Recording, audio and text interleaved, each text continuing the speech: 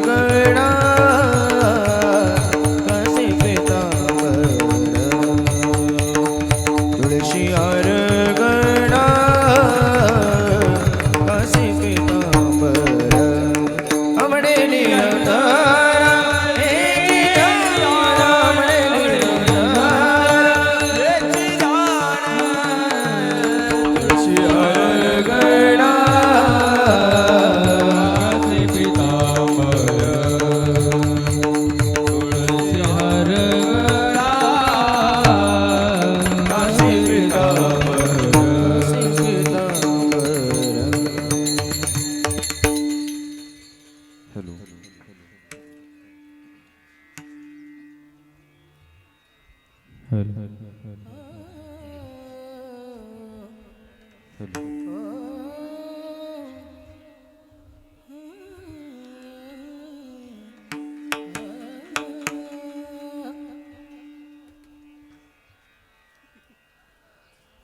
म्हणे माझे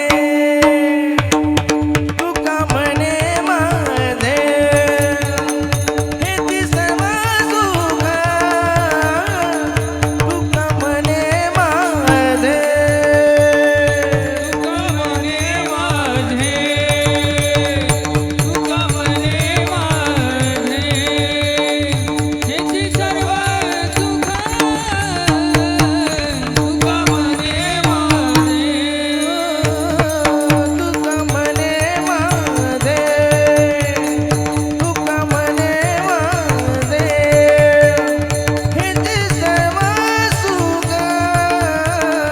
तुका म्हणे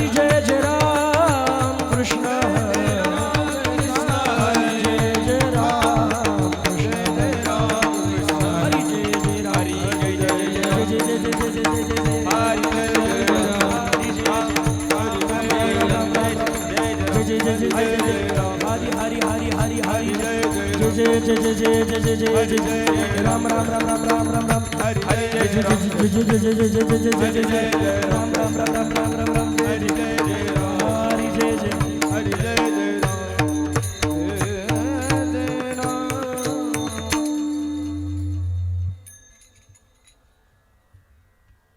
रूप पाहता लोचनी रूप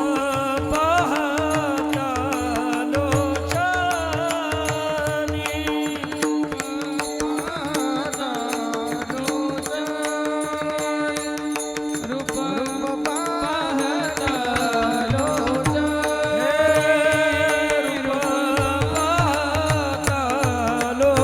लोचनी रूप पाहता लोचनी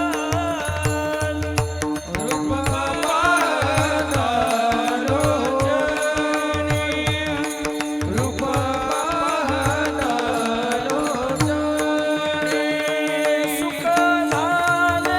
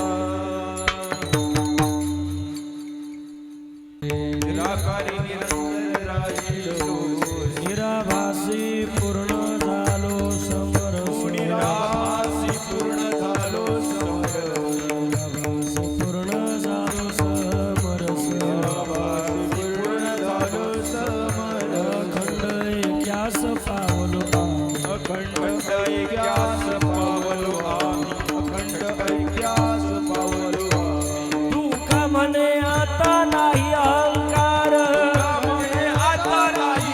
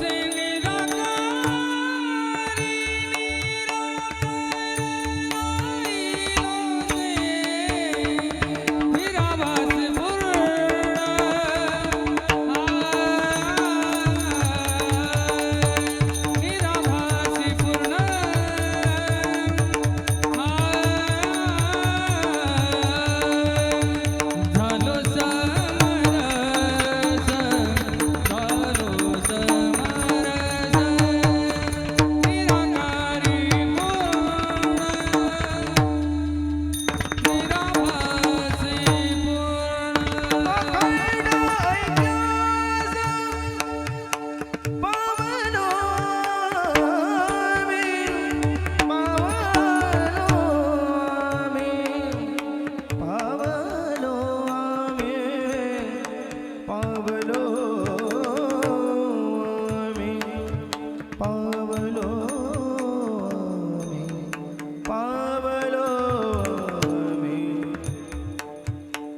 अखंड ऐक्यास पावलो आम्ही पावलो आम्ही अखंड ऐक्यास पावलो आम्ही पावलो पावलो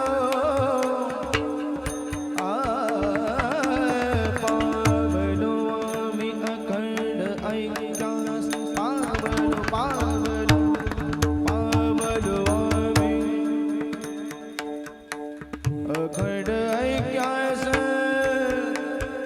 पावलो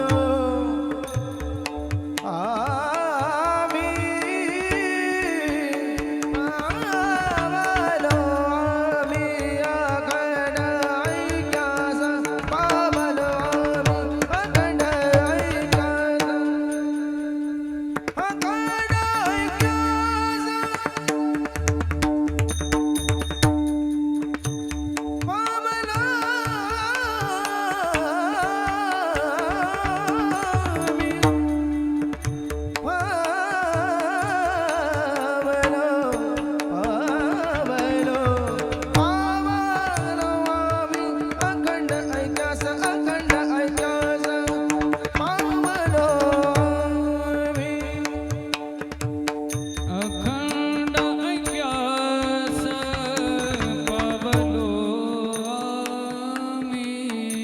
आम्ही अखंड ऐक्यास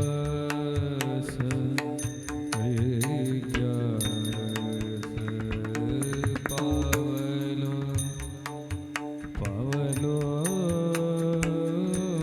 आम्ही पावलो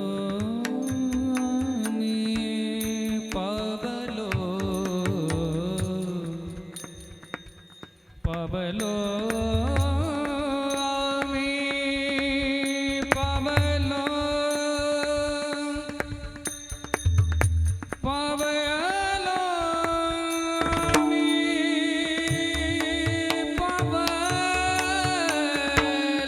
पावलो अखंड ऐक्यास पावलो आम्ही अखंड ऐक्यास अखंड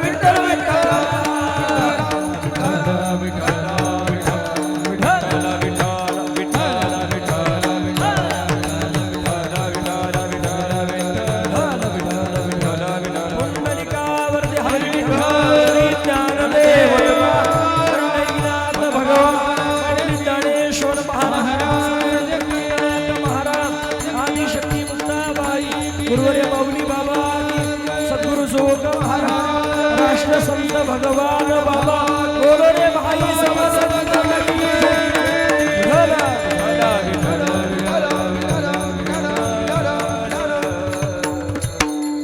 अंजनी आम्ही बांधिले घर निराकार निरंतर राहिलो से निराभासे पूर्ण झालो समरस अखंड एक्यास पावलो आम्ही तुका म्हणे आता नाही अहंकार तुका म्हणे आता नाही अहंकार झालो तदाकार नित्य शुद्ध निराभासे पूर्ण झालो समरस अखंड एक्यास पावलो आम्ही विठ्ठल विठ्ठल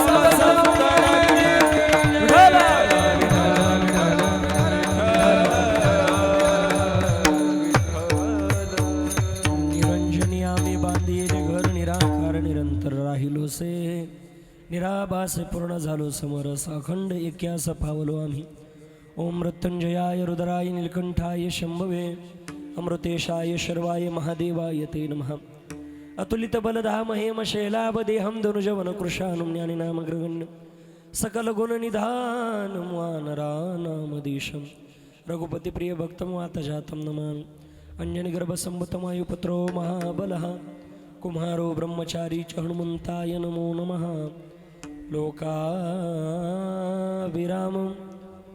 अर्णरागधीरं राजीवनेत्रं मृगों शरणार्थं कारुण्यरूपं करुणाकरं तं श्रीरामचन्द्रं शरणं प्रपद्ये मनोजवं मारुततुल्यवेगं जितेन्द्रियं बुद्धिमता वरिष्ठं वातात्मजं वानरयोतमुख्यं श्रीरामदूतं शरणं प्रपद्ये अलङ्कापुरीरम्य सिंहासनस्थं पदं भोजतेजस्पृतिप्रदेशं विधीन्द्रादिदेव सदा स्तुल्यमानं समाधिस्थमूर्तिं भजे ज्ञानदेवं महायोगपीठे तटे भीमरत्यामुरं पुण्डलीकाय धातुं मुनरे समागततिष्ठन्तमानन्दकन्दं परब्रह्मलिङ्गं भजे पाण्डुरङ्गं पाण्डुरङ्गाकारु प्रथम नमन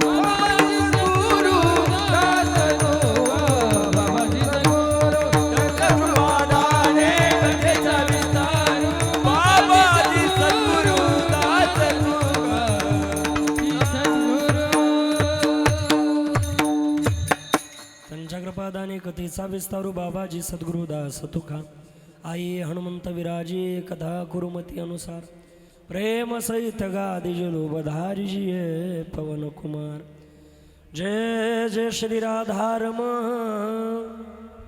जय जय नवल किशोर जय गोपी चित चोर प्रभु जय जय माखन छोर श्री राधा मेरे स्वामिनी मैं राधे जी को दास जन्म जन्म मोहि दे जियो श्री वृंदावन में वास अष्ट सिद्धि नवनिधि के दाता असबर दीन जानकी माता राम रसायन तुम्हारे पासा सदार हो रघुपति के दासा हे दुख भंजन मारुति नंदन सुन लो मेरी पुकार पवन सुत विनती बारंबार पवन सुत विनती बारंबार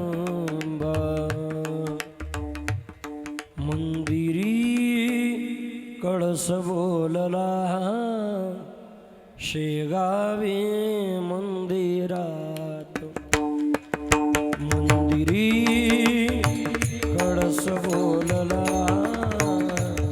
शेगावी मंदिरात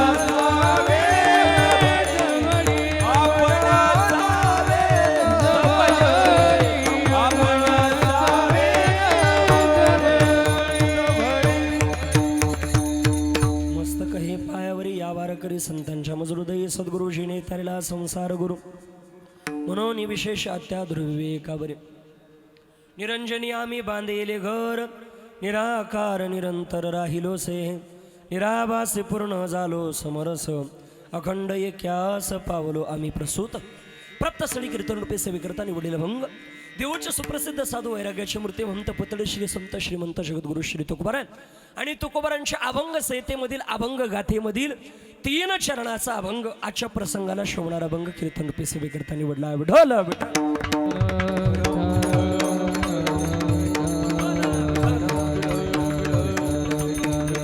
अभंगाचा भावार्थ आणि नामसळ अर्थ जर बघितला तर फार सोपा आहे.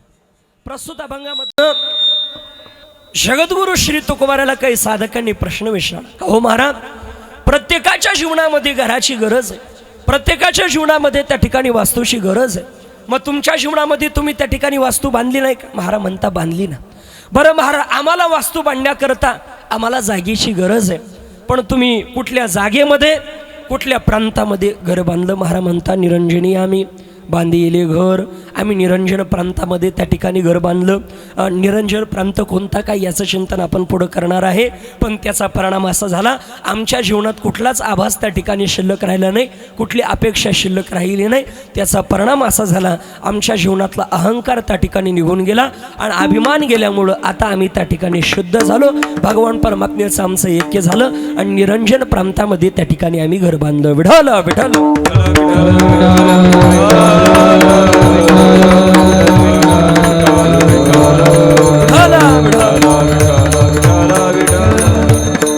हा झाला अभंगाचा भावार्थ आणि नामसळ अर्थ. कीर्तन रूपी सेवेला सुरुवात करण्यापूर्वी अल्पासा पर्याय द्यायचा तो म्हणजे असा, आज किम निमित्तानं आपण सर्वजण या ठिकाणी जमला, सर्वांना ज्ञात आहे. मला वाटतं खऱ्या अर्थानं आपल्या सगळ्यांचा परिचित असणारा हा आव्हाड परिवार आणि या आव्हाड परिवारानं बांधलेली ही मातोश्री निवास आणि या मातोश्री निवासाच्या खऱ्या अर्थानं आज नूतन वास्तुशांतीच्या निमित्तानं खऱ्या अर्थानं या कार्यक्रमाचं आयोजन त्या ठिकाणी ज्यांनी केलं, शंकर पांडुरंग आव्हाड, अशोक शंकर आव्हाड, संदीप शंकर आव्हाड या परिवारानं खऱ्या अर्थानं गोड बांधलेली ही वास्तू आणि या वास्तुशांतीच्या निमित्तानं एक दिवसीय कीर्तन आज या ठिकाणी येण्याचं ज्यांच्या माध्यमातून आला. खऱ्या अर्थानं आज ही कीर्तन रूपी सेवा ज्यांच्या माध्यमातून या ठिकाणी मला कीर्तन करण्याचा सहयोग माझ्या जीवनामध्ये प्राप्त झाला, माझ्यावरती नितांत प्रेम करणारे खऱ्या अर्थानं आता सध्या ज्यांचं यूट्यूबच्या माध्यमातून खऱ्या अर्थानं भलं मोठं नाव आहे, माझा विठ्ठल नावाचा त्या ठिकाणी चॅनल ज्यांचा यूट्यूबवरती आपल्याला बघायला मिळतो, खऱ्या अर्थानं आमचे प्रतीक दादा त्यांच्या माध्यमातून आलेला हा सेवेचा सहयोग घडलेलं तुम्हा तो सज्जन मायबापाचं दर्शन प्रथमतः माझं भाग्य समजतो. गोड त्या ठिकाणी माझा विठ्ठल नावाचा चॅनल आहे, कमी कालावधीमध्ये गोड प्रगती त्या ठिकाणी, गोड रील्स त्या ठिकाणी काढता, यूट्यूबवरती सुद्धा गोड एडिटिंग आहे, अगदी गोड त्या ठिकाणी त्यांचा चॅनल आहे आणि त्यांना सुद्धा मनापासून धन्यवाद आहे. त्या माध्यमातून या ठिकाणी गोड गायनाची सत्संगत करता स्वर्गंधर सुरेशकर हरिभक्तपरायण खऱ्या अर्थानं आमचे नागनाथ महाराज श्री महाराजांकरता एकदा जोरदार टाळी वाजवा. त्याच पद्धतीनं या बाजूला हरिभक्तपरायण भजन क्षेत्रामध्ये वारकरी संप्रदायाला लाभलेलं एक वैभव आमचे वैभव महाराज, एकदा त्यांच्याकरताही जोरदार टाळी वाजवा. त्याच पद्धतीनं आमचे हरिभक्तपरायण राहुल महाराज श्री महाराजांनाही धन्यवाद आहे. या बाजूला गोड मृदंगाची सत्संगत करता मृदंग मर्षी मृदंग अलंकार हरिभक्तपरायण ज्यांचा हात आपल्याला हवा हवासा वाटतो, अरे आमचे हरिभक्तपरायण निलेश महाराज श्री महाराजांकरता एकदा जोरदार टाळी वाजवा. विनेकरी महाराजांपासून सगळे टाळकरी आमच्या राहुल महाराजांच्या संस्थेतील, राहुल महाराज डुंबरे श्री महाराजांच्या संस्थेतील ही सगळी विद्यार्थी मंडळी. त्याच पद्धतीनं खऱ्या अर्थानं ज्यांचा गोड साऊंड आहे, एकदा साऊंड करता जोरदार टाळी वाजवा महाराज. फार गोड साऊंड आमच्या प्रतीकदादानं आयोजन फार गोड केलं महाराज. गायक वादक टॉप लेवलचेच, साऊंड सिस्टीमसुद्धा टॉप लेवलचेच, बरोबर का नाही? काळजी करू नका, जेवणसुद्धा टॉपच आहे नाही का? आणि म्हणून त्या ठिकाणी अगदी गोड गंगाळवाडीचा साऊंड असला का फार आनंद वाटतो महाराज. असे साऊंड जर आम्हाला लागले ना, रोज असा साऊंड निलेश बाबा असला तर कमीत कमी आमचं 2-3 वर्ष तरी आयुष्य जास्त वाढेल महाराज, खरंच प्रामाणिकपणे वाढेल महाराज. नाही तर मग आमच्या आयुष्याचा खाकानं व्हायलाच आधीच बी नाही का? काही काही म्हणशील काला वाढव आयुष्य वाढून घ्या, त्या जा एका परीक्षा उद्या मरायचं काय, आज एकच आहे नाही का? पण असो अगदी गोड साऊंड आहे, त्यांनाही धन्यवाद आहे. मातृवर्ग पितृवर्ग सगळ्यांना धन्यवाद. सेवेला प्रारंभ बघा, मी जास्त वेळ सेवा अजिबात करणार नाही, कमी कालावधीमध्ये गोड चिंतन मांडण्याचा प्रयत्न करणार आहे. एकच विनंती, बसलेल्या जागेवरती शांतचित्तेने बसा, आपली लेकरं सांभाळा, मधीच उठून लगेच जाऊ नका, परत येऊ नका. पाहुणे रावळे नंतर भेटतील, काय तुम्हाला काय घ्यायचं त्यांच्याकडून, साड्या बिड्या काय पंचपात्री हांडा गुंडा काय येईल ते नंतर, काय घ्यायचं ते घ्या. फक्त आता 1-1.5 तास सर्वांगाचे कान करून त्या ठिकाणी कीर्तन श्रवण करा. विठ्ठल विठ्ठल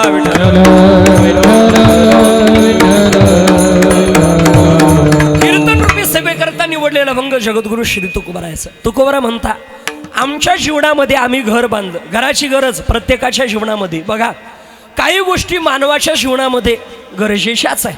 तसं जर पाहिलं तर विज्ञानानं शास्त्रानं मानवाच्या जीवनात 3 मूलभूत गरजा सांगितली: अन्न, वस्त्र आणि निवारा. या 3 गरजा त्या ठिकाणी मानवाच्या जीवनात गरजेच्या आहे. विज्ञानाने सांगितलं आणि शास्त्रानंही वर्णन करावं.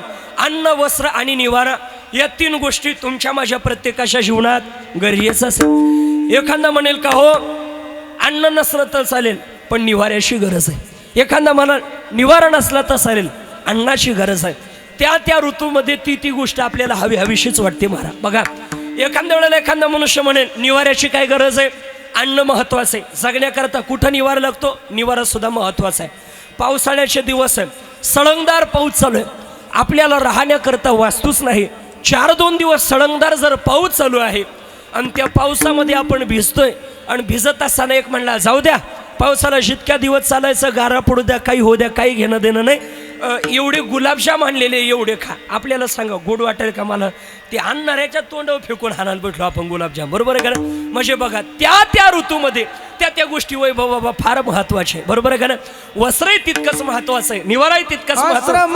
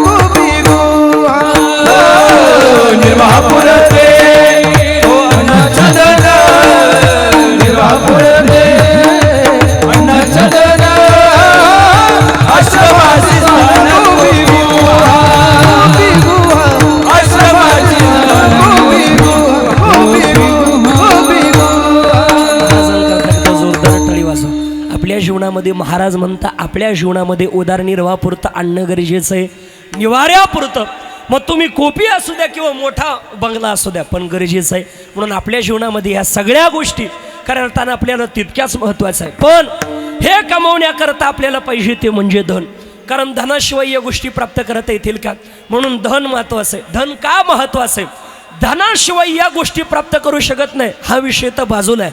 धनाशिवाय आपल्याला कुठं किंमत सुद्धा राहत नाही. एखादा म्हणतो, महाराज गावचा पाटील सुद्धा मला रामराम घालतो. गावचा पाटील रामराम आपल्याला नाही घालत, आपल्याकडे असलेल्या पैशाला.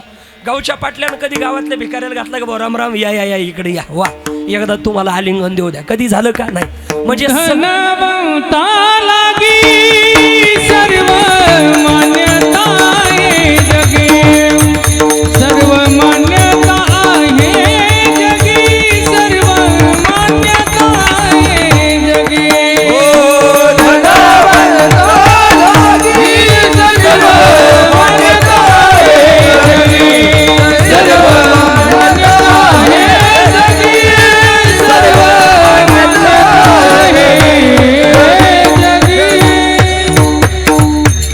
प्रमाण महाराजांनी दिले. एकदा त्यांच्याकरता जोरदार टाळी वाजवा. असं प्रमाण झालं का बसल्या बसल्या टाळी वाजवत जा. महाराज म्हणता, धनवंता लागी सर्व मान्यता आहे जगी हो. खऱ्या अर्थानं महाराज म्हणतात, या जगतामध्ये धनाशिवाय किंमतच नाही. बघा, कारण महाराज म्हणता, पैसा तेरो तीन नाम, परशा परशु परसराम. खऱ्या अर्थानं आपल्या जीवनामध्ये आपलं नाव सुद्धा पैशावरून ठरवलं जातं. आपल्या जीवनामध्ये एखाद्याला वाटतं, अरे माझी बहीण माझ्यावर फार प्रेम करते, माझा भाऊ माझ्यावर फार प्रेम करतो.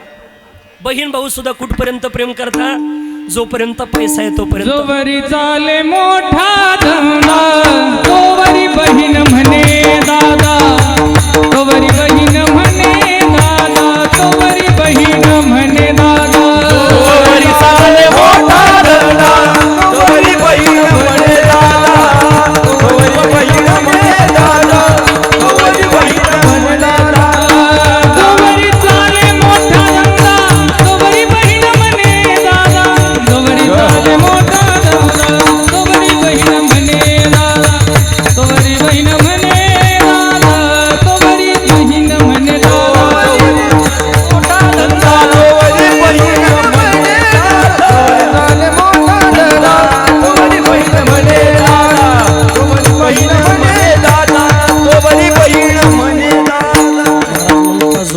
चाले मोठा धंदा तोवरी बहीण म्हणे दादा. जोपर्यंत खऱ्या अर्थानं आपल्याकडं पैसा आहे तिला प्रत्येक दिवाळीला न्यायचं, तिला साडी घ्यायची, तिच्या लेकराला कपडे घ्यायचे. बस ती म्हणते माझ्या भावासारखा भाऊच नाही. एखाद्या का दिवाळीला तिला नेऊ नका. आपल्या नावानं बोपाईला असा नव्हता भया आणि ती घरात आल्या पाहूनच आता तिचा काय दोष आहे, आपण जसं केलं तसं ती करून राहिली नाही का. पण बघा खऱ्या अर्थानं महाराज म्हणतात जोवरी चढ नगा तोवरी म्हणती माझा. आपल्याकडं जोपर्यंत पैसा आहे तोपर्यंत पत्नी सुद्धा आपल्यावर कुठपर्यंत प्रेम करते, जोपर्यंत पैसा आहे तोपर्यंत. माता मौल्याला विचारा ना, खऱ्या अर्थानं आपल्या घरी समजा बघा तुम्ही सगळ्या आज्या, आपल्या घरी जर एखादा पाहुणा आला, एखादा गरीब आहे आणि एखादा पैशावाला आहे, आपल्याला देणारा त्या ठिकाणी उसने का होईना पैसे देणार आहे. मग 4-2 दिवस कुठला पाहुणा राहा वाटतो, पैशावाला का गरीब? पैशावाला, बरोबर का ना. पाहुण्याचं सोडा हो, आपल्या जीवनामध्ये मी इथं बसल्यापैकी जर कोणी जॉबला असेल तर त्यांना विचारा पत्नी सुद्धा पैशावर कसं प्रेम करते. बघा जॉबला जर कोणी असेल महिनाभर खऱ्या अर्थानं पत्नी पगाराच्या दिवशी जितकं गोड बोलते तितकं महिनाभर बोलते का? पगाराच्या दिवशी जितकं बोलते तितकं महिनाभर. आमचं चांगलं आहे महाराज, सकाळी गोड संध्याकाळी गोड, बरोबर आहे का नाही. म्हणून बघा सगळी किंमत कशाला आहे? पैशाला. मी याच्या पुढे जाऊन सांगेन, या माता मौल्याला पैसा असल्यावर गोड वाटतं यात विशेष नाही. आपला नवऱ्यानं 2-4 दिवस जर पैसे नाही आणले ना, या माता मौल्याला विचारा त्याला भाकर सुद्धा घालावी वाटत नाही. मग हाता खालून काढा, आता त्याला एवढंच राहिलं काय नाही का. पण बघा आपल्या म्हणजे पैशाला सगळी किंमत आहे म्हणून आपल्या जीवनामध्ये. पण बघा खऱ्या अर्थानं तो धन कमवलंच पाहिजे, पैशाशिवाय या जगतामध्ये काहीच नाही. कारण महाराज म्हणता सब पैसो के भाई भाई रे, सब पैसो के भाई,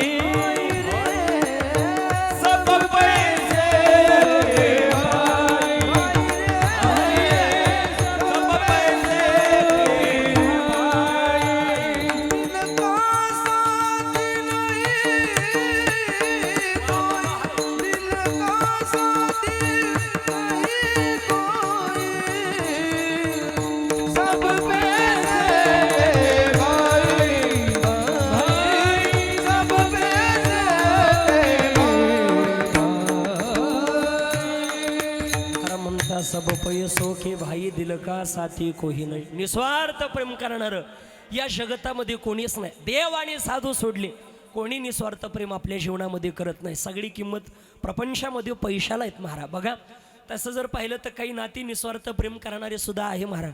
आपले आई वडील, आपले भाऊ बहीण निस्वार्थ प्रेम करतात महाराज. बघा विनोदाचा भाग सोडा पण खरंच निस्वार्थ प्रेम करतात. एखाद्याच्या जीवनात एखाद्याला असं वाटत असेल अरे मायबाप खरंच निस्वार्थ प्रेम करता, आई किती प्रेम करते, हे जर बघायचं असेल तर 2-4 दिवसापूर्वीची न्यूज आपण पाहिली असेल. काही काही माणसं म्हणता महाराज सगळं इथं राहणार आहे, हे नाते संबंध पैसा एकदा मरण आलं का पैसा नाते सगळे बाजूला होऊन जातात. पण मरण आल्यानंतर खऱ्या अर्थानं सगळं जरी बाजूला होत असेल पण आईचं प्रेम कधीच बाजूला होत नाही. मला वाटतं हे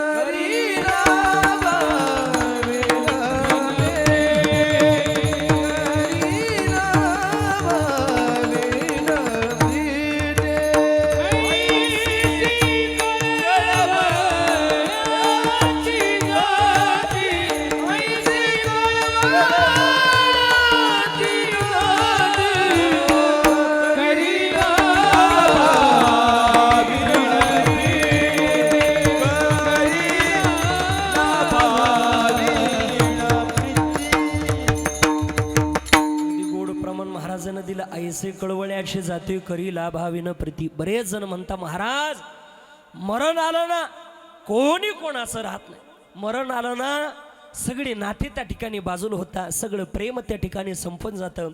पण मरण आल्यानंतर सुद्धा आपल्या जीवनामध्ये आईचं प्रेम आपल्याला बाजूला करू शकत नाही. हे उदाहरण जर बघायचं असेल तर 4-2 दिवसापूर्वीची न्यूज तुम्ही पाहिलं असेल, मध्य प्रदेशमध्ये घडलेली घटना आहे. एक आई शेवटाला त्या पाण्यामध्ये बुडायला लागली. आपल्या लेकराला वाचवण्याकरता आईनं त्या ठिकाणी अशी घट्ट मिठी त्या ठिकाणी मारलेली आहे. मरण आलं पण आईनं आपल्या लेकराला मृत्यू स्वीकारला, पण आपल्या लेकराला मात्र बाजूला होऊ दिलं नाही. याला आई म्हणत असता मारा. बघा, म्हणून खऱ्या अर्थानं आपल्या जीवनामध्ये काही प्रेम करणारे आहे नाही असं काही नाही, पण बाकीचे एरवी नाते जर पाहिलं तर सगळे पैशावरती प्रेम करणारे. प्रपंच असो अन्यथा परमार्थ असो, दोन्हीकडे धन गरजेचं आहे आपल्या जीवनामध्ये. म्हणून धन कमवलंच पाहिजे. पण बघा, दोन्हीकडलं धन वेगळं आहे. कारण अर्थानं आपण आध्यात्मिक धन जर पाहिलं तर महाराज म्हणतात तिकडंही धनवानाला किंमत आहे, पण तिकडलं धन कोणतं? पायोजी मैंने राम रतन धन पायो, पायोजी मैंने राम रतन धन पायो. आमच्या जीवनामध्ये राम नावाचं धन त्या ठिकाणी आम्ही कमवलं, पण इकडलं धन म्हणजे पैसा नाही. इकडलं परमार्थामध्ये धन जर पाहिलं तर पैसा नाही, देवाचं नाव धन आहे. नाही, देवाचं नाव धन आहे यात विशेष नाही, परमार्थ हेच मोठं धन आहे. परमार्थ महाधन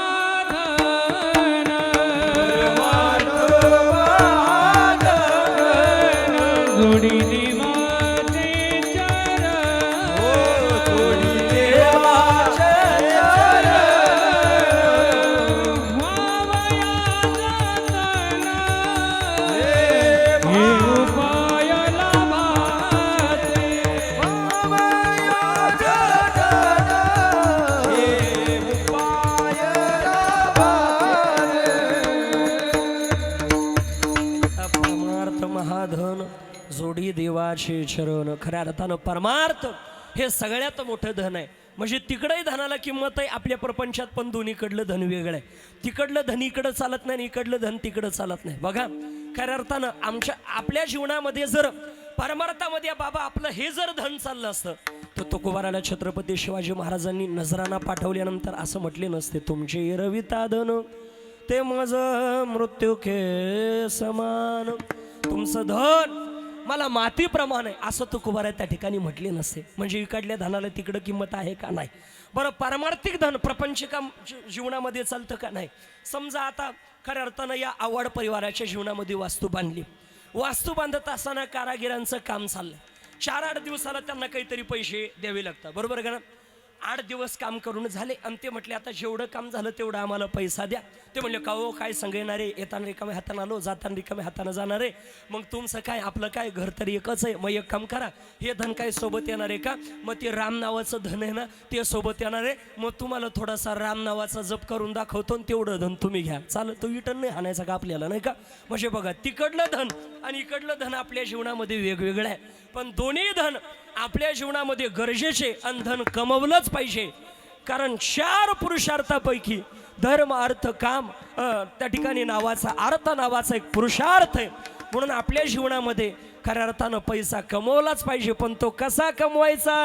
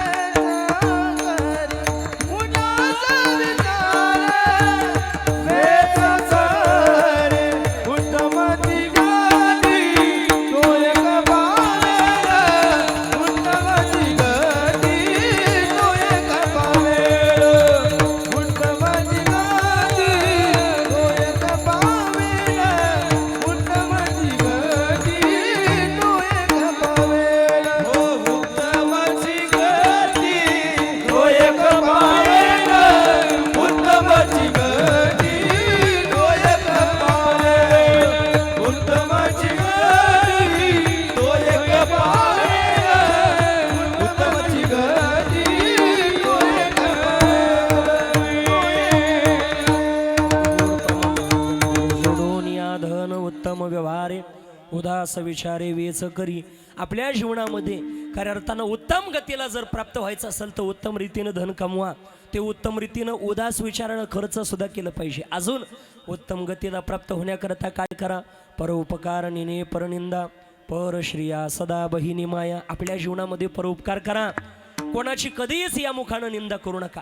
करता आलं आपल्या जीवनात तर चांगलं करण्याचा प्रयत्न करा. वाईट करण्याच्या भानगडीत कधीच पडू नका. माझं तर हात जोडून सांगणे मुसळगावकर, आपल्या जीवनामध्ये करता आलं तर चांगलं करा. वाईट करण्याच्या भानगडीमध्ये कधीच पडू नका. कधीच वाईट करू नका. कधी कोणाचं शत्रूचं सुद्धा वाईट करू नका महाराज. कधीच कोणाविषयी मनामध्ये मत्सर ठेवू नका. कधीच कोणाचं वाईट करू नका. माझं तर सांगणं आहे, चांगलं नाही करता आलं तरी चालेल पण वाईट करू नका. एखाद्याच्या पुरीचं नाही लग्न जमवता आलं तर चालेल बाबा. एखाद्याच्या मुलीचं आपल्या हातात नाही लग्न जमवता आलं ना तरी चालेल, पण जमेल तरी मोडायच्या भानगडीत पडू नका. नाही तर काय त्याच्या तो अगं काय चाललं त्याचं हे करायला नाही का. म्हणून बघा कधीच कोणाला नावं ठेवू नका महाराज. बघा आपल्या जीवनामध्ये, कारण ही निंदा, या निंदेसारखं पाप जगाच्या पाठीवरती कोणतंच नाही महाराज, कोणतंच नाही.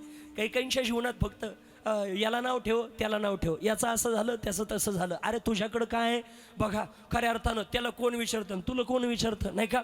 म्हणून बघा कधीच कोणाला त्या ठिकाणी नाव ठेवू नका. कारण महाराज म्हणता निंदा मत करना किसी की सच्ची बात कबीर जी की. कबीरदास महाराज म्हणता कधीच कोणाची निंदा करू नका. आणि असं जर जीवन जगले तर उत्तम गतीला प्राप्त होईल. आणि महाराज म्हणता हेच आपल्या आश्रमाचं त्या ठिकाणी फळ आहे. मग आपण धन कमवलं ना ते ठेवू सुद्धा नका.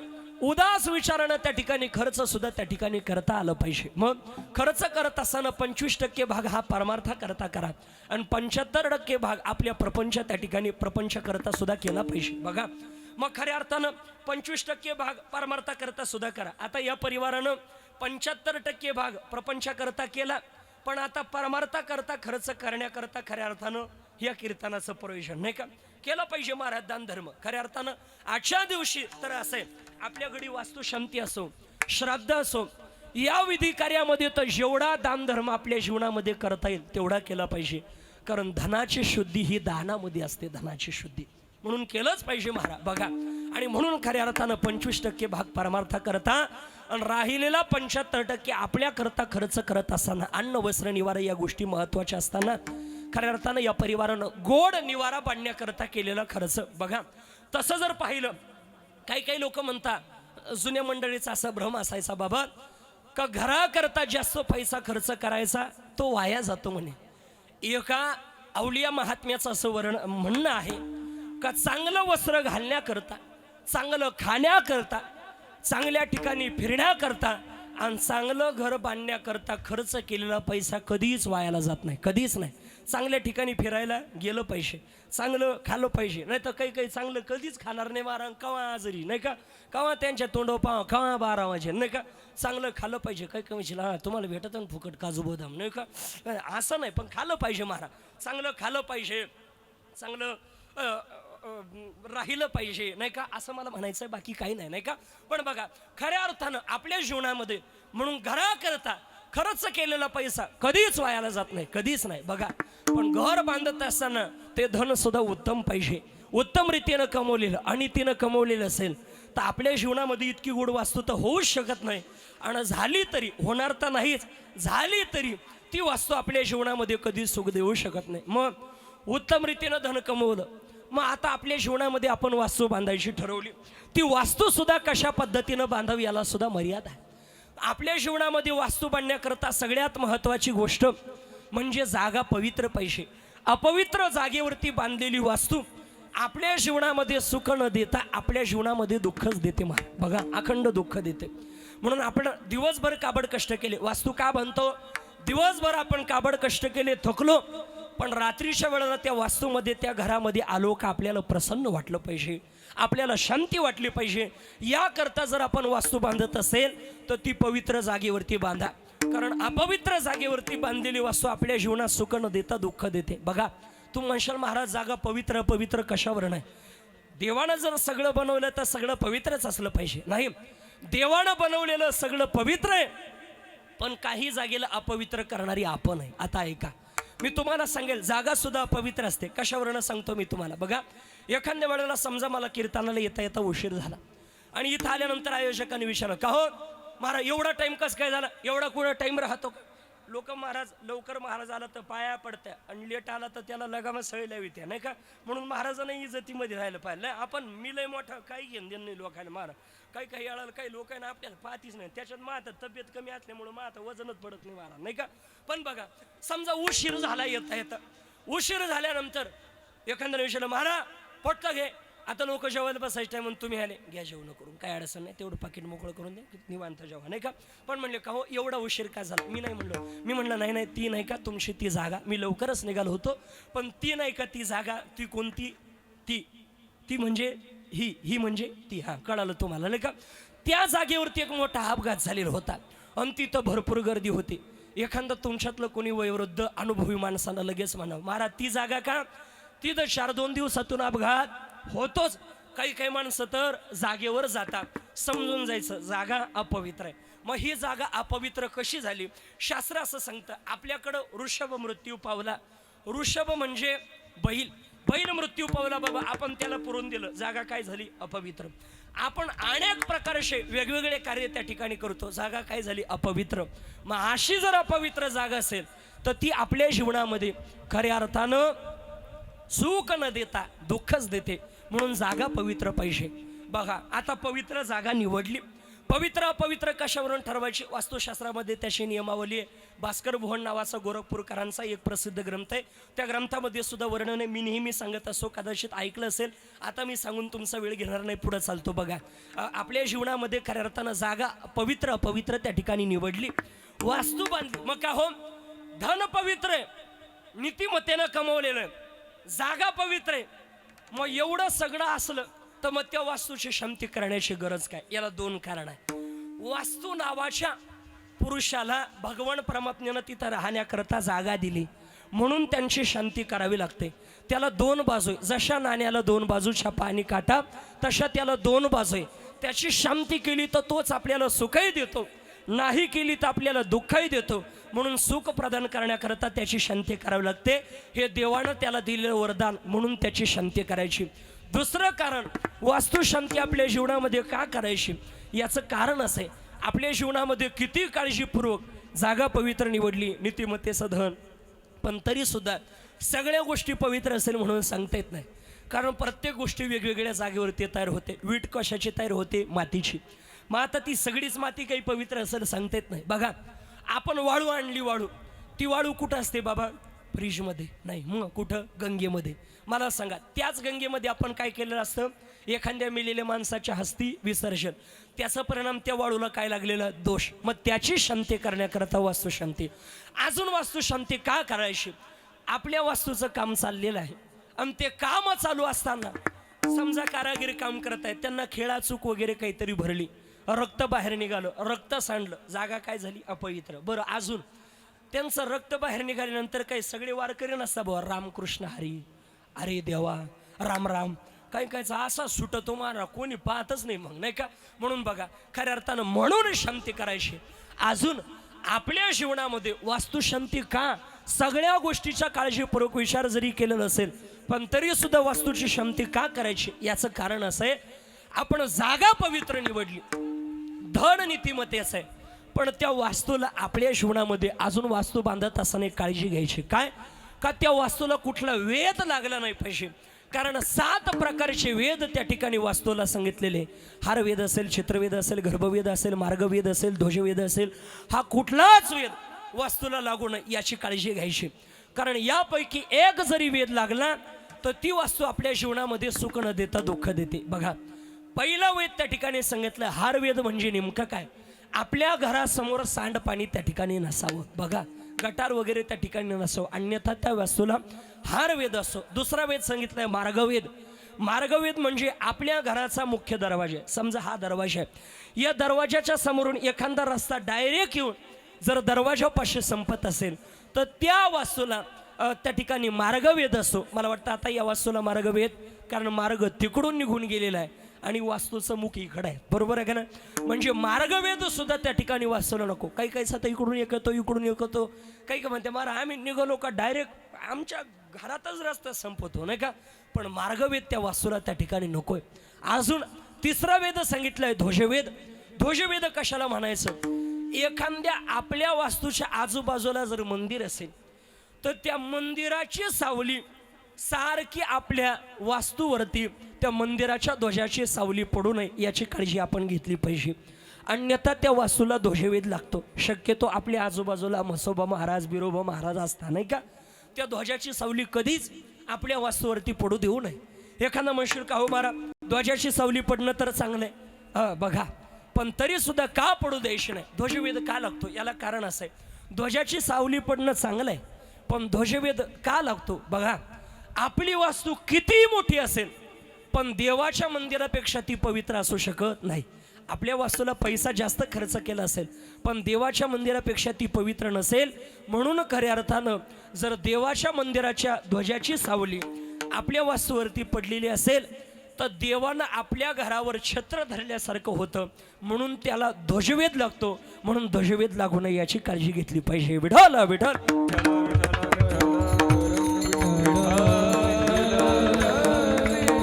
अजून एक वेद सांगितलंय त्याला चित्रवेद म्हणतात. हा चित्रवेद आपण हाताने लावतो. आपल्या घरामध्ये हिंस्र पशुचे चित्र कधीच लावायचे नाही महाराज. काही काहीच्या घरामध्ये खऱ्या अर्थानं वाघाचे चित्र, काही काहीच्या घरामध्ये सिंहाचे चित्र, पाहायला गेलं तर पाल पाहिली तरी उडी हानीतून वाघाचे चित्र लावितो नाही का. बेटकुळ पाहिलं तरी म्हणलं अगं पाहिलं का हे काय हे काय काय ते बेटकुळ काय आहे नाही का. आणि वाघाचे चित्र बघा अवघड राहतं. पण त्या घरामध्ये जर हिंस्र पशुचे चित्र असेल तर वास्तुशास्त्र असं सांगतं त्या घरामधील कर्त्या पुरुषाचं आयुष्य कमी होतं. म्हणून कधीच हिंस्र पशुचे चित्र त्या ठिकाणी लावायचे नसते. आणि अशी सगळी काळजी घेऊन जरी आपण वास्तू बांधली असेल तरी आपल्या जीवनामध्ये वास्तुशांती करावी लागते. का? एखादा म्हणशील का हो महाराज बघा आता मी तुम्हाला प्रश्न विचारतो. बाबा आपण घर बांधलं, घर बांधल्यानंतर शांती कशाची करतो काका? घराची, बरोबर आहे का ना. पण मला प्रामाणिकपणानं सर्वजण तुम्ही सांगा नेमकं घर भांडण करतं का घरातली माणसं? हो, भांडण कोण करतं? घरातली माणसं, बरोबर आहे का ना. आणि आपण शांती कोणाची करतो? घराशी. म्हणजे ते झालं असं जखम डोक्याला आणि मलम गुडघ्याला नाही का. पण घर जरी भांडण करत नसेल, घरातली माणसं जरी भांडण करत असेल पण शांती घराचीच का याचं कारण आहे का? बघा वास्तू जड आहे, जीव चेतन आहे आणि चेतनाच्या संगतीमध्ये ज्या वेळेला जड जातो किंवा जडाच्या संगतीमध्ये ज्या वेळेला चेतन जातो त्या चेतनाच्या प्रभावानं जडावरती त्या ठिकाणी प्रभाव होऊन त्या पद्धतीनं आपल्या जीवनामध्ये सुखदुःख आपल्याला प्राप्त होत असा. म्हणून खऱ्या अर्थानं वास्तूची शांती केली पाहिजे. बघा चेतनाच्या संगतीमध्ये गेल्यानंतर जडाच्या माध्यमातून कसं सुखदुःख आपल्याला प्राप्त होतं. बघा मी तुम्हाला उदाहरण सांगेल. उदाहरण जडामध्ये त्या ठिकाणी कसा बदल होतो चेतनाच्या संगतीनं. एखादा दगड घ्या, दगड आता लगेच घेऊ नका नाही तर घ्या दगड हा ना मला दगड नाही का. एखादा दगड घ्या, दगड तो दगड एखाद्या पाथरवाटाकडे द्या. त्या पाथरवाटाकडे दिल्यानंतर त्या ठिकाणी मूर्ती घडवा. तो काय झाला? सात्विक झाला. सगळे लोक बाबा त्याच्या काय पडतात? पाया. पण अजून दुसरा दगड घ्या आणि एखाद्याच्या डोक्यात घाला. मला सांगा तो राजच झाला. तो काय झाला? तांबस. आता मला सांगा मंदिरामध्ये डायरेक्ट दगड चालत चालत गेला का हो? किंवा तो दगड जाऊन एखाद्याच्या डोक्यामध्ये लागला का? मला सांगा, बरोबर का ना. पण बघा दगड कोणाच्या डोक्यात होऊन लागत नाही. काही काही दगड जात्या महाराज नाही का.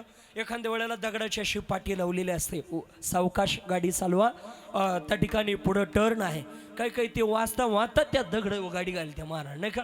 अवघड असतं. पण बघा खऱ्या अर्थानं म्हणजे आपल्या जीवनामध्ये चेतनाच्या संगतीचा परिणाम जडावरती जाणवतो. म्हणून त्या माध्यमातून आपल्या जीवनामध्ये शांती करावी लागते. मग ती कशा पद्धतीनं करायची?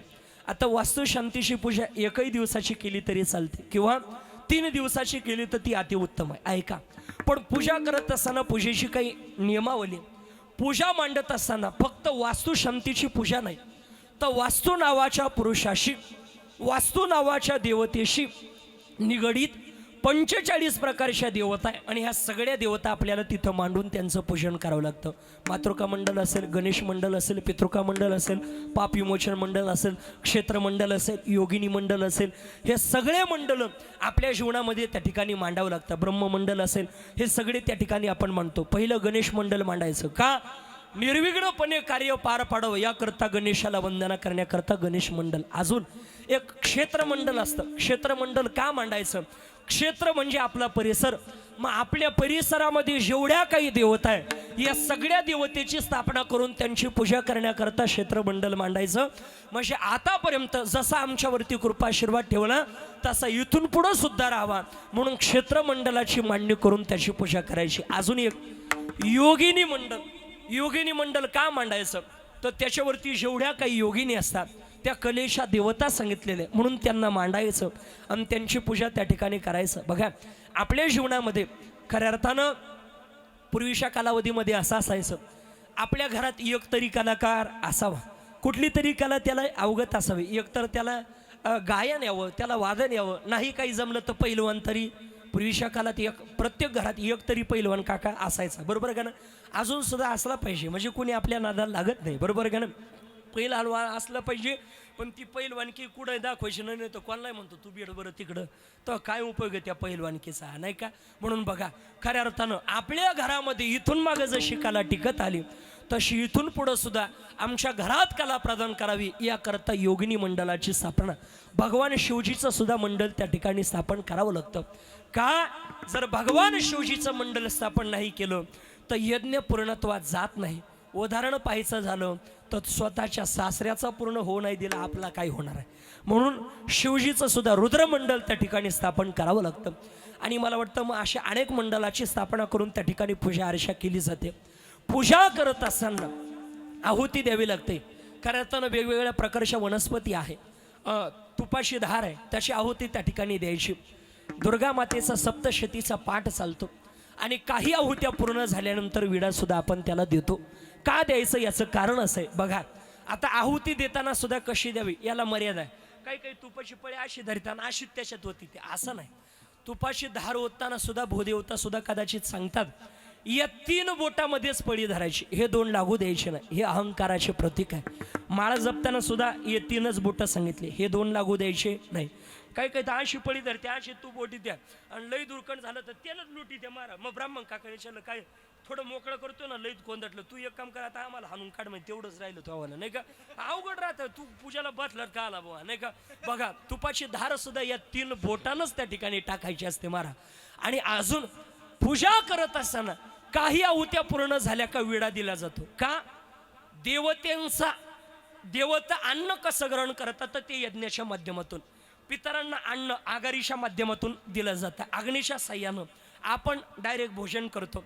आणि खऱ्या अर्थानं आपल्या जीवनामध्ये देवता अन्न यज्ञाच्या माध्यमातून ग्रहण करता. मग आपण भोजन झाल्यावर नाही का बडीशापा खाय, विडा खाय, काही काही वेगळा राहतो, तंबाखू खाय, नाही का. पण बघा काही काही ना खातो तसं देवाला सुद्धा विडा देण्याकरता खऱ्या अर्थानं काही आहुत्या पूर्ण झाल्या म्हणजे काही अंशी त्यांचं भोजन झालं आणि म्हणून विडा अर्पण केला जातो. बघा अजून याच्या पुढं जाऊन खऱ्या अर्थानं आपल्या जीवनामध्ये सगळी पूजा अर्चा त्या ठिकाणी झाली का. पूजा अर्चा झाल्यानंतर आपल्यावरती तिथं एखाद्याची जर पूजेमध्ये येताना वाईट नजर पडलेली असेल, काही काहीला आल्यावर अरे बापरे एवढा बंगला कसं काय झाला, काही काहीच्या नजरेमध्ये आपण जरी म्हणतो नजरेमध्ये ताकद नाही पण नजर काही काहीची वाईट इतकी वाईट असते मला ते त्यांच्या नजरेनं कधी कोणाचं चांगलं होणार नाही पण वाईट झाल्याशिवाय राहणार नाही, नाही का. काही काहीची नजर लई विचित्र असते महाराज. तसं जर पाहिलं तर हरिभक्ताला काही कोणाची नजरही लागत नाही काहीच नाही महाराज, नाही का. पण आपल्या जीवनामध्ये वाईट शक्ती ज्या वेळेला नवे नवे नूतन वास्तूमध्ये काही वाईट शक्ती असतात मग त्या वाईट शक्तींकरता एक बळी सुद्धा त्या ठिकाणी दिला जातो.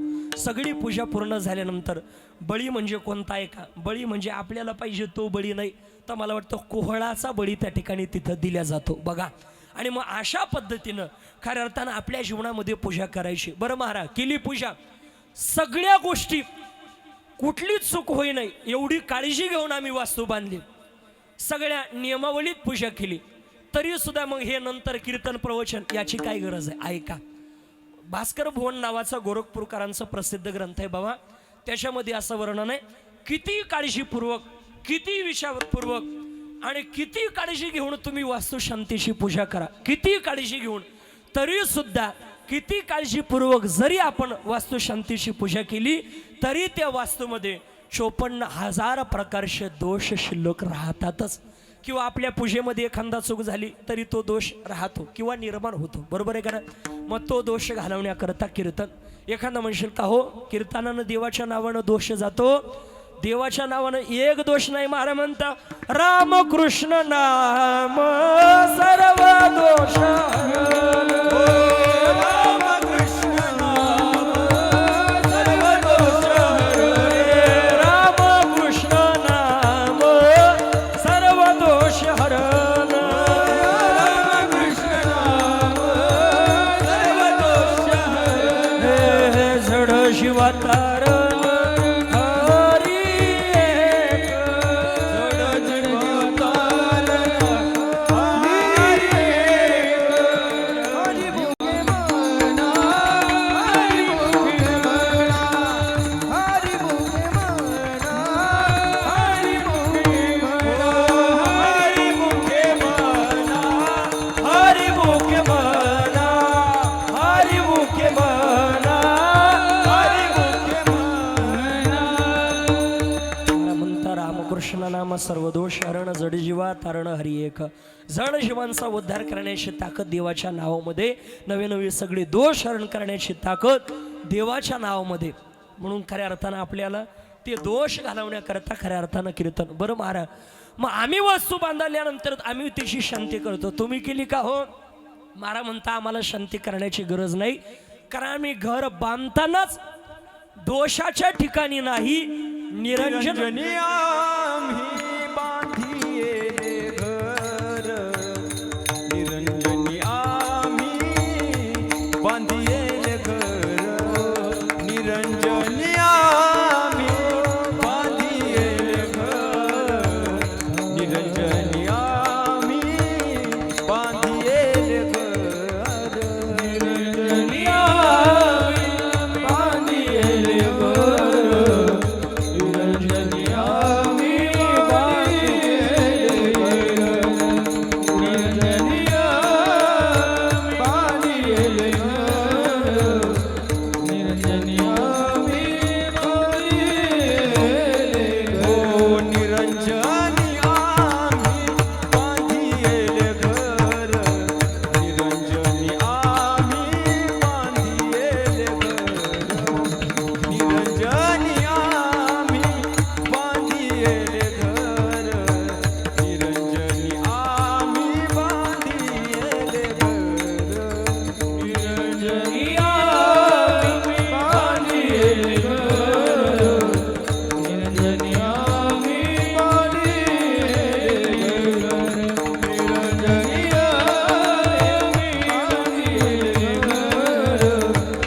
निरंजनी आम्ही बांधिले घर. हो निराकारी निरंतर राहिलो से.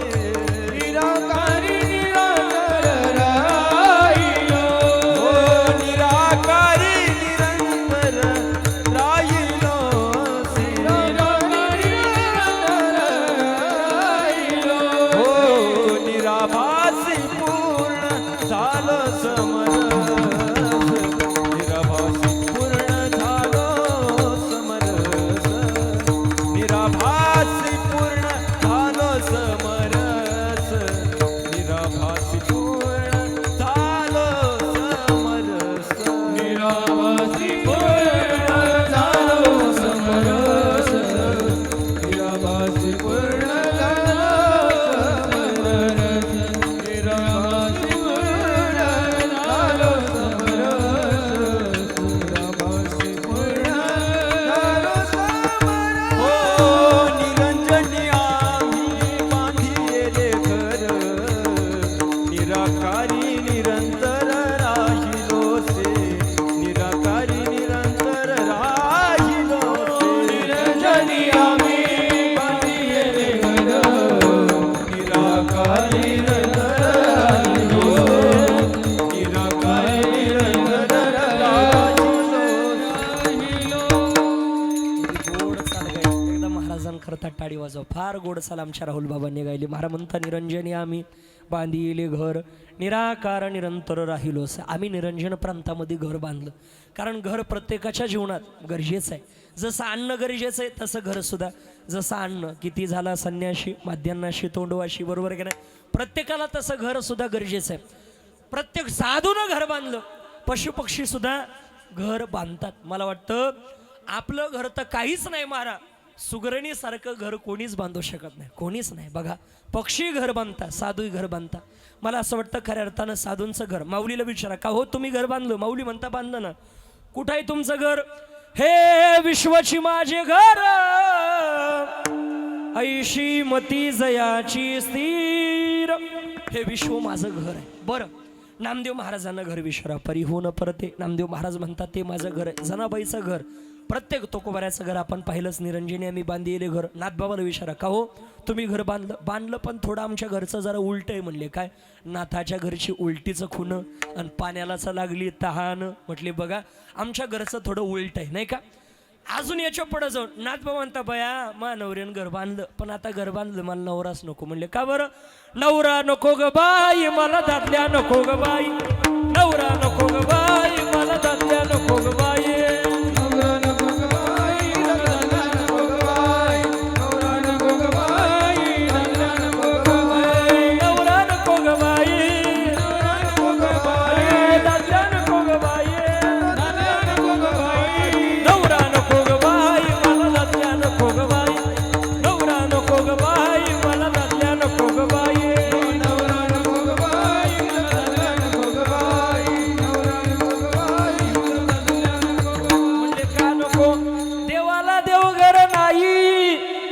नवरा नको ग बाई. सगळं गोड घर बांधलं पण देवाला देव घरच नाही. आपल्या सुद्धा प्रत्येक माता माऊलीनं घर बांधायला लावायचं, पण त्या घरामध्ये जर देव घर नसेल तर काय म्हणायचं? नवरा नको नाही म्हणून राहिलो, देव घर बांधा असं म्हणायचं म्हणून राहिलो. तुम्ही लय पुढच्या राव, नाही का? पण बघा, म्हणजे बघा, प्रत्येक साधू संतांनी घर बांधलं. तुकोबरा म्हणतात तसं आम्ही घर बांधलं. आणि आता आमच्या जीवनामध्ये निरंजन प्रांतामध्ये घर बांधल्याचा परिणाम निराबाचे पूर्ण झालो. समोरच अखंड ऐक्याचं पावलो आम्ही, आणि अखंड देवाचं आमचं ऐक्य झाल्यामुळं आता अहंकार शिल्लक राहिला नाही. तुका म्हणे, आता गेला अहंकार, झालो तदाकार नित्यशुद्ध, निराबाचे पूर्ण झालो. समोरच अखंड ऐक्याचं पावलो आम्ही. पण हे ऐक्य कशामुळे झालं? अखंड देवाचं भजन केल्यामुळं. कसं असतं भजन? वारकरी संप्रदायाच्या नियमाप्रमाणे भजन करावे. ढोबा रखुमा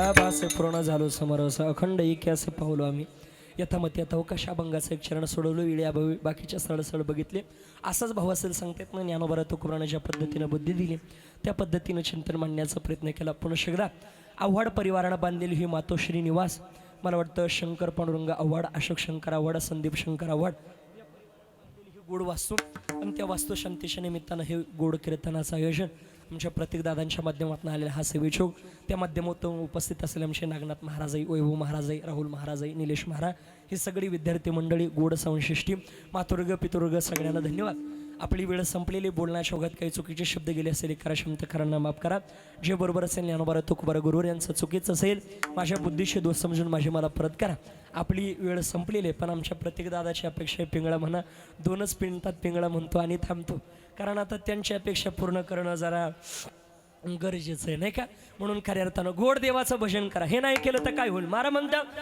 हे जरी नाही काल हरी दुसरा येईल हे जरी नाही काल हे जरी नाही काल हरी दुसरा येईल हे जरी नाही काल समजा एक साथ टाळी टाळी हा वा बाबा हा हे जरी हे जरी हे जरी हे जरी हे जरी नाही काल हरी दुसरा येईल हे जरी नाही काल हे जरी नाही काल हरी दुसरा येईल हे जरी नाही काल सरती शेवटी बा काळ बांधून नेईल सरती शेवटी बा सरते शेवटी या किरण बाबा क्या बात है जो येईल सरते शेवटी बा एका जनार्दनी आमचे काय वाजाईल एका जनार्दनी आमचे काय वाजाईल एका जनार्दनी आमचे काय वाजाईल हो एका जनार्दनी आमचे काय वाजाईल पिंगळा पिंगळा पिंगळा पिंगळा महाद्वारी कोणी बोलत देखा पिंगळा महाद्वारी पिंगळा महाद्वारी कोणी बोलत देखा पिंगळा महाद्वारी पिंगळा महाद्वारी कोणी बोलत देखा पिंगळा महाद्वारी पिंगळा महाद्वारी कोणी बोलत देखा पिंगळा महाद्वारी वर्तमान कोटे तुमचे वर्तमान कोटे वर्तमान कोटे तुमचे वर्तमान कोटे वर्तमान कोटे दादा वर्तमान कोटे वर्तमान कोटे दादा लटकेन बोलो आम्ही वर्तमान कोटे लटकन बोलो आम्ही वर्तमान कोटे पिंगाग बाई पिंगाग पिंगाग बाई पिंगाग पिंगाग बाई पिंगाग पिंगाग बाई पिंगाग अवघा अवघा अवघा दागड दिंगाग अवघा दागड दिंगाग अवघा दागड दिंगाग अवघा दागड दिंगाग अवघडागड दिंगाग अवघडागड दिंगाग अवघडागड दिंगाग अवघडागड दिंगाग दाताचं दातवण गाग कोणी सुयागे म्हणील होत गे दाताचं दातवण गाग कोणी कुंकू कुंकू कुंकू घ्या कोणी काळा मणी कुंकू घ्या कोणी काळा मणी कुंकू घ्या कोणी काळा मणी कुंकू घ्या कोणी काळा मणी कुंकू घ्या कोणी काळा मणी कुंकू घ्या कोणी काळा मणी कुंकू घ्या कोणी काळा मणी कुंकू घ्या कोणी काळा मणी वा बाबा एकदा मृदंगाच्या रट करता जोरदार थाळी वाजवा क्या बात आहे निलेश बाबाजी हो जी हो गुळगुळा वाजती टाळ गुळगुळा वाजती टाळ गुळगुळ वाजती टाळ गुळगुळ वाजती टाळ या या शेजारणीनं या या शेजारणीनं या या शेजारणीनं बरं नाही केलं ग बया मला पंढरीला नेलं ग बया मला पंढरीला नेलं ग बया मला पंढरीला नेलं ग बया मला पंढरीला नेलं ग बया जे हो जे हो अशी बैठक न्यारी बसलाय मारी लईच ताटात अशी बैठक न्यारी बसलाय मारी लईच ताटात देवा मडीचा कानिपणात देवा मडीचा कानिपणात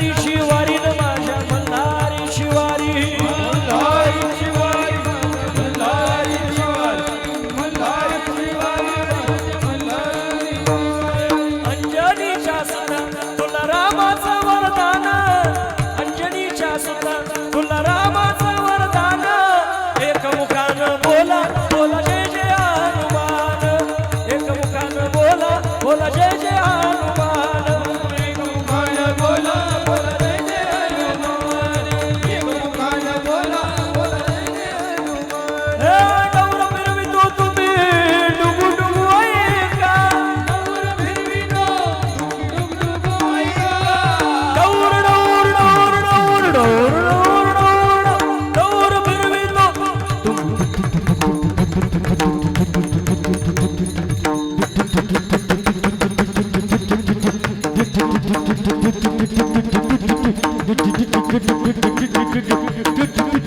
डुगु डुगु ऐका तुम्ही डुगडुग ऐका तुम्ही डुगु डुगु ऐका पिंगळा पिंगळा पिंगळा महाद्वारी कोणी बोलत देखा पिंगळा महाद्वारी पिंगळा महाद्वारी कोणी बोलत देखा पिंगळा महाद्वारी पिंगळा मारवाडे कोणी बोलत देखा पिंगळा मारवाडे पिंगळा मारवाडे कोणी बोलत देखा पिंगळा मारवाडे निवृत्ती ज्ञानदेव संतान मुक्त होय एक नामदेव तुका